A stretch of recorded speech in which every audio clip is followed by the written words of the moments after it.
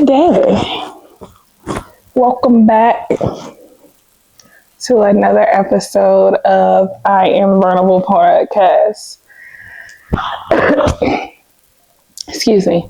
I second guessed recording. Like, I was so excited about recording. I second guessed recording. It's so much stuff going on right now. And then I realized my title today and the real life that goes through what I'm going to speak about. And it's some of those things that in life we don't see, we won't see, we avoid seeing it. We do so many things that we don't even recognize it. So I want to talk about being an asset or a liability. And I remember this thought first came to me, I want to say in 2020. It's just so crazy that it just goes to even further confirm that God puts nothing in us, on us, around us, in our minds, in our souls, in our hearts for no reason. And I was doing 5 miles during COVID, and I was just walking every single day, and something just dropped to me, and it said, if it's not an asset, it's a liability. I even have a mug with that on it. Shout out to my stepmom. And I probably shouldn't have said stepmom. Shout out to mom, because I don't even call her stepmom. I just call her mom. But yeah, like, she put it on a mug for me. And sometimes along with, it was that one, if it's not an asset, it's a liability. And if it's not your motivation, it's a distraction. And those were like really big for me in that moment. And I think it's some of the anchors that are still present in my life. But reframing that, I think in 2020, to be honest, I was always worried about being an asset to everything around me. Whether it was my relationship at the time, my family, my child, work, anything, you name it, it was, you need to be an asset and not a liability. And obviously vice versa, but I'm so big on only focusing on me because I have control of that. And then whatever else around me should either benefit or not from whatever it is that I choose to do in that case. But in those terms, I was really thinking of, Jessica, are you an asset or a liability? And in those terms, it was, how are you showing up in your relationship? How are you showing up for your child? How are you showing up for your family? Especially during 2020, we all know, right? So that left me like kind of like thinking about those things. And it also left me without a relationship. So the whole time that I'm thinking that I'm being an asset, was I really being a liability? That's funny. It left me in difficult conversations with my family.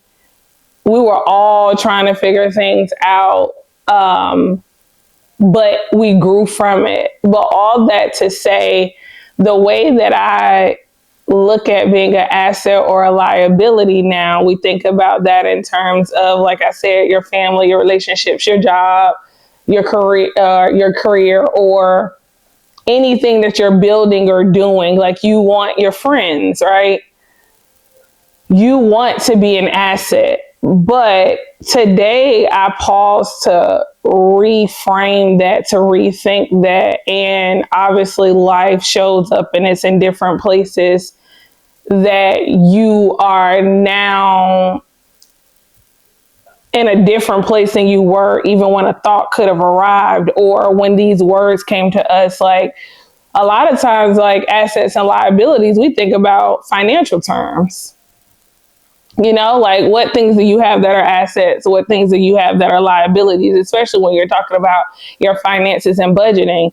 But All of that, the introduction to those words, the reframing of what they mean and how to show up, and even sometimes looking at other people when you survey the people that are in your life, are they an asset or a liability? But I had to pause recently and think, am I being an asset or a liability to myself? And I think that's a question that is a question that we never probably would think to ask, because it's always the other person, or it's always how we show up for another person. But when we pause and reframe the question to just point back to us and who we are you an asset or are you a liability to self? It will hinder all of those other things, right? It starts with us. So, as you guys know, I've been trying to be more organized and not ramble. And I don't think that I ramble, but sometimes like I don't have notes because I could flow with whatever is in my heart and my soul. And I'm very like, I pray all the time that God allows me to say things, as my mom would say, in decency and order, but also that it's not like, I'm not saying take anything that I'm saying as run with it and recreate your life if it doesn't feel right to you. And that's where discernment comes in. So we all have to pray for discernment and wisdom. And I do that often, which is why like these things are flowing a little bit more for me, and I'm happy to do them. And it's not about you're somewhere in a wrong place or we're doing something in a wrong context. We're growing, we're learning, and we're doing it together. And I'm grateful. I'm grateful that you're here. I'm grateful that you're listening. I'm grateful that you're watching. I'm grateful to have you a part of a tribe, what I like to call my gems. Like, you're a gem. We're all gems in God's beautiful world. And out of all the people we met in some type of way, and I'm certainly grateful for that. And I don't take that lightly. That's why the things that I say, I don't take lightly, because it's real. And once we lock into some of these concepts and mindsets and ways of thinking, learning, growing, it's a constant evolution that you deserve the trajectory of the things that you invest in. Like, you're doing something for yourself.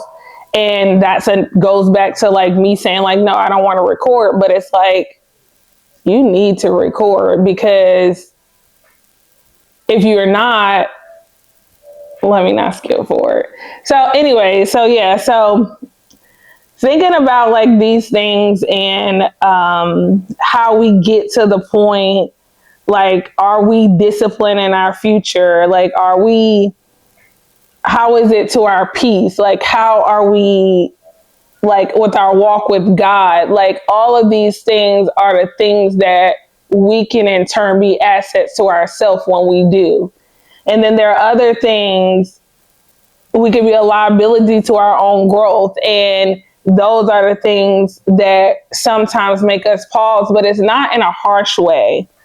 It's not condemning. Like, it's honest. It's wanting to be better, because sometimes we pray for change while still partnering with the patterns that keep us stuck. And when we are in those patterns become liabilities to the people that we are currently and the people that we're becoming. So I kind of gave a little example of being a liability and kind of an asset, because I feel like some of the things that I've did in the past while I was focusing on everybody else, I was being a liability to myself. So vulnerability moment, because y'all know we have to have one of those. In my past relationship, it's so crazy that I'm saying this. but I'm gonna say it. I love this man down. Like loved him, and still love him. Um, don't hate anybody. Like we departed peacefully, thank God, and I'm grateful for that. Will never take anything from it. Would do it all over again if I even knew what the story would be like up until this point. I would say, yeah, God, rewind it and let me walk through all of it again, because I feel like it was all a part of what led me here. So I don't take that for granted. So I'm grateful for you. But in that relationship, I was so focused on being an asset to my partner, like in ways of I would think of things that could mitigate confusion within the relationship to be an asset to that relationship while neglecting things within me that I needed to work on to be an asset to myself. I hope that makes sense. So it was almost like the relationship was here as a priority. How do I show up as an asset in that? But over here, I'm showing up as a liability to myself, which in turn places things off balance because I can't give what I'm not. And that's a reality that I had to come to. And it's not an easy one. And I think we could think about that in so many different ways, whether it's a career, even our children. Like, we're supposed to be assets to our children. We want to be assets to our children. But if I'm not an asset for me, how can I be an asset for Darius? It just doesn't work like that. And a lot of times we can't really see those things because we are so in goal mode to be an asset for everybody else, while in reality, we're really a liability to ourselves. So in turns, we are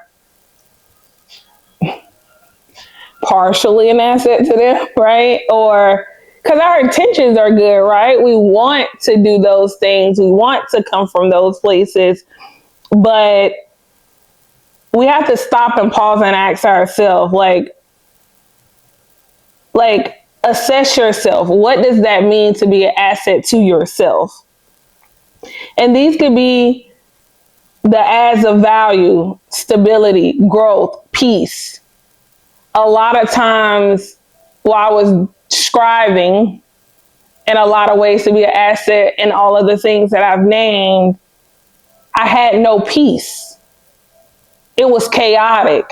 It was one thing or the next thing. It was thinking about this and thinking about that. It was moving from here and moving to there. Or I need to plan next year. Or why aren't we married yet? Or will my kid get in college? Or am I doing the right thing staying in this job? Or I didn't get that done properly. So did I not show up fully this week? Like, I had no peace. Like, absolutely zero. Like, probably looked like it on the outside, but within it was chaotic. So those type things weren't an asset to me in that way.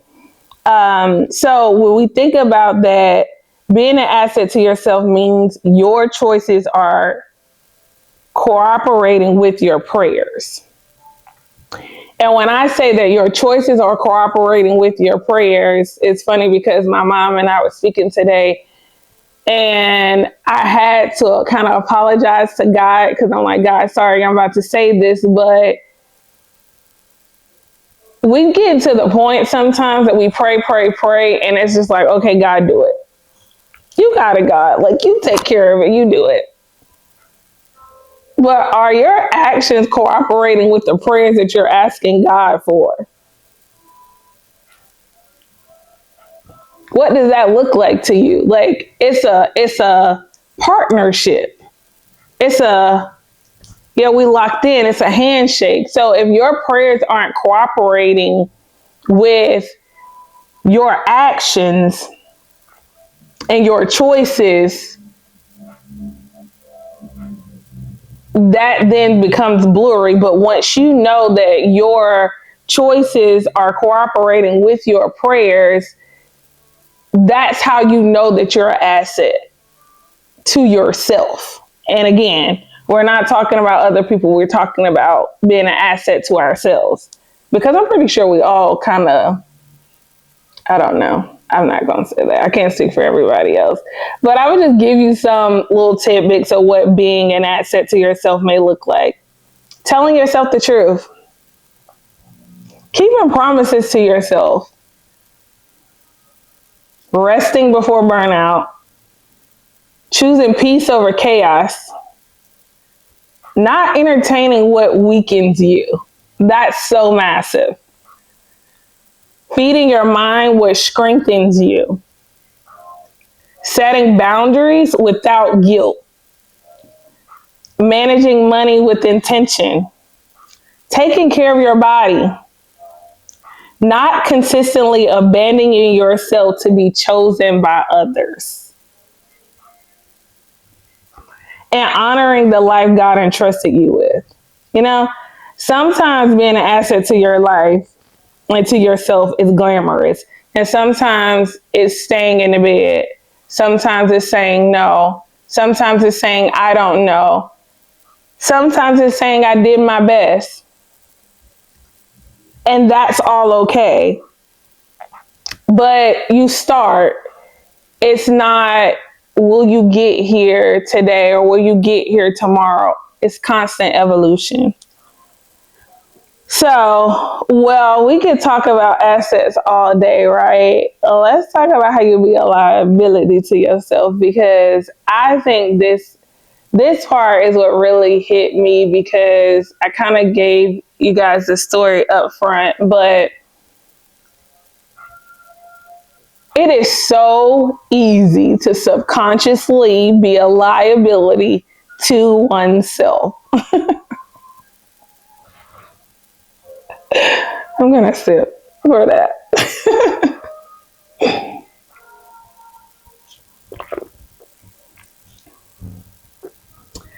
So,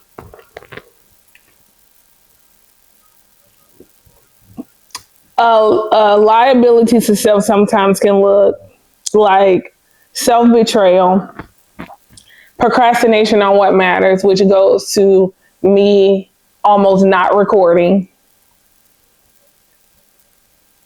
which also in terms show how we can be moving in an asset to self space, but also have patterns of a liability that are showing up in different ways, right? Or even bending rules and bending boundaries, or negative self-talk is another one. Like the things that we say to ourselves, the things that we put on repeat within our heads, the things that we say and then we answer to, right? Is those things that come up where you know, like, this doesn't serve me right now. That's a liability. Undernourishing yourself, the lack of discipline, avoiding what God already told you, returning to people, habits, and mindsets that drain you. Sometimes that's the easiest thing to do because it's a comfortability thing, or it's you thinking that you're being an asset to that person, but you're actually, or situation, or mindset, or whatever you return to that drains you, is you feeling like you're being an asset to that thing when the whole time you're being a liability to yourself because you putting yourself back in that space that doesn't serve you in a great way. A liability isn't always a dramatic downfall. Sometimes it's just the small patterns that keep leaking your power. It just keeps taking from you and taking from you and taking from you. And then one day you wake up and it's like you're in it. You're in it. It's constant patterns of a liability. It's no asset capabilities or possibilities that you could see at that moment, because these things are subtle and they come and they creep and they continue to stay. So God gave you life, breath, gifts, calling. Being a part being a part of what God has called you to do, to be when you wake up in the morning, all of those things, that's being an asset to what God has called you to steward. And I know that is a little deep, and you have to kind of pause to say, what things are you daily being an asset to? Is it devotional? Is it prayer? Is it meditation? Is it yoga? Is it all of the things that can kind of get you back to a grounding place within your mind, in your heart, to center yourself? Those type things are the things that help us with our stewardship. Grace doesn't remove responsibility, because I know a lot of times we like to say, give yourself grace. Grace is important, but it does not remove responsibility. I'll give a practical example, because I think this is a touchy subject, but I could have chose not to record, which would have been a liability to myself, knowing that this message has been sitting down inside of me for, at this point, 6 years, right? And never knew why it came or anything. But today it's like, yeah, this is what I should speak about. And I had a goal to say I needed to record today, because this is not just something that I want. This is something that I know I'm called to do. So I have to steward what God has given me. And I could have given myself grace, but that grace in that moment would have been a liability to my future self, or even myself tomorrow, even myself tonight. You know, like I could have been like, yeah, I'll just record tomorrow. And I did that before. And listen, like I said in the beginning, this is not to condemn you. Don't go, please, please, please, please, please. Thank you, God. Please do not go and list 10 million things that you feel like is a liability to your life. That's where you really need to give yourself grace. It's going to happen when you shift your mind to be aware of the things and the patterns and the things that you do and how you move, and the things that you feel that's a liability or asset, the way that you used to do it to other people outwardly outside of you. Just turn inward. The same way if you were planning a date, or you was planning a birthday party for your kid, or you were going for a promotion to a company or anything, you look at yourself as an asset to all of these people. Flip it back on you. Once you flip it back onto you, you would give yourself grace if something didn't go right at the birthday party. You would give yourself grace if the reservation didn't go through, even though you knew you put it in. You could harp on it. Would you be upset a little bit? Yes, it's the same thing with yourself. But that grace doesn't remove responsibility, but that's also us being an asset to ourselves, to ask ourselves those hard questions, and to, in turn, be honest in your answer to yourself, but also be honest in how you move, so that you can continue to be an asset. You skipping this or doing this or not doing that, over turn, that is a long liability. But you have to understand, even if you have liabilities in your life, which we all do, me included, currently right now today, yes, raise my hand, tag, I'm in, you know? But how do we move? How do we grow? How do we show up differently? Today, I'm an asset to myself right now. I chose to record. You're an asset to yourself right now. You chose to listen to something, didn't probably know what it was, probably like, what is this? Oh my God, it's just another thing. It's whatever. But I just pray that God allow me to say something that you could be like, oh, okay, like I could see that for myself, you know? But let me keep going. So God did not create me to be my own blockage. He created me to partner with him in my becoming. I think I alluded to this early. we are becoming and we're co-creating with God. So when we understand that we are co-creating, it's just not God, let me here. This is my prayer list. What are you doing on that other hand? Are y'all shaking hands? Are we on the same page? So it starts with us, I would say Romans 12:2, be transformed by the renewing of your mind. And this is like one of those things that it takes practice. It takes mental practice for us to renew our minds to understand that it's not always financial assets and liabilities, not always partnership assets and liabilities. It's not always company, job related, career related asset liabilities. It's always not family, friends, assets or liabilities, but it's an asset and a liability to yourself if you don't renew your mind in ways that you can constantly be an asset and to also recognize your liabilities to change those ways. And that's why we have to renew our minds. So I will leave you with 3 questions to just ponder and sit with and ask yourself and see what comes up. Maybe you write these out. Maybe this is homework. Maybe you get a journal or a piece of paper and I'm going to give you 3 questions. You write these 3 questions and you answer truthfully because remember, that's you being a liability. That's you being an asset to yourself, right? But if you don't, you're probably going to be a liability if you go lie to yourself.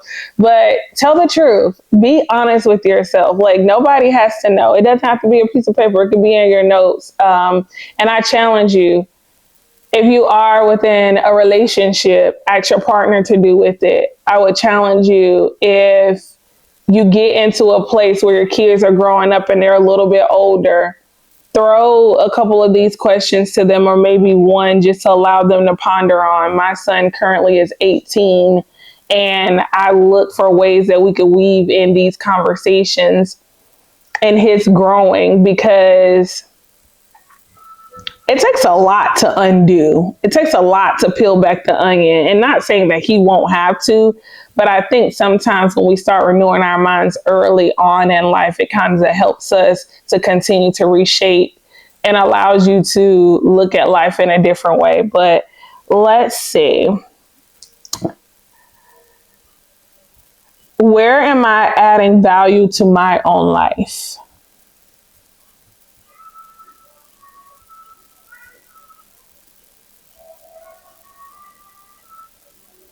What has God been asking me to release? That's loaded. What would it look like to support myself like I say I want others to support me? And that one is massive. Like, if you only do one, that's the one that I would do. If you only give one, that's the one I would give. Because what you are to you is what you are to everybody else.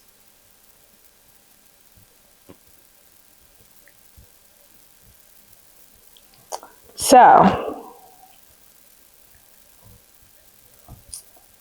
I love you. I'm proud of you. I'm grateful for you. Continue to be, continue to thrive, continue to evolve and grow. You're not behind, you're becoming, and we're becoming together. Until next time, gems. Thank you, thank you, thank you.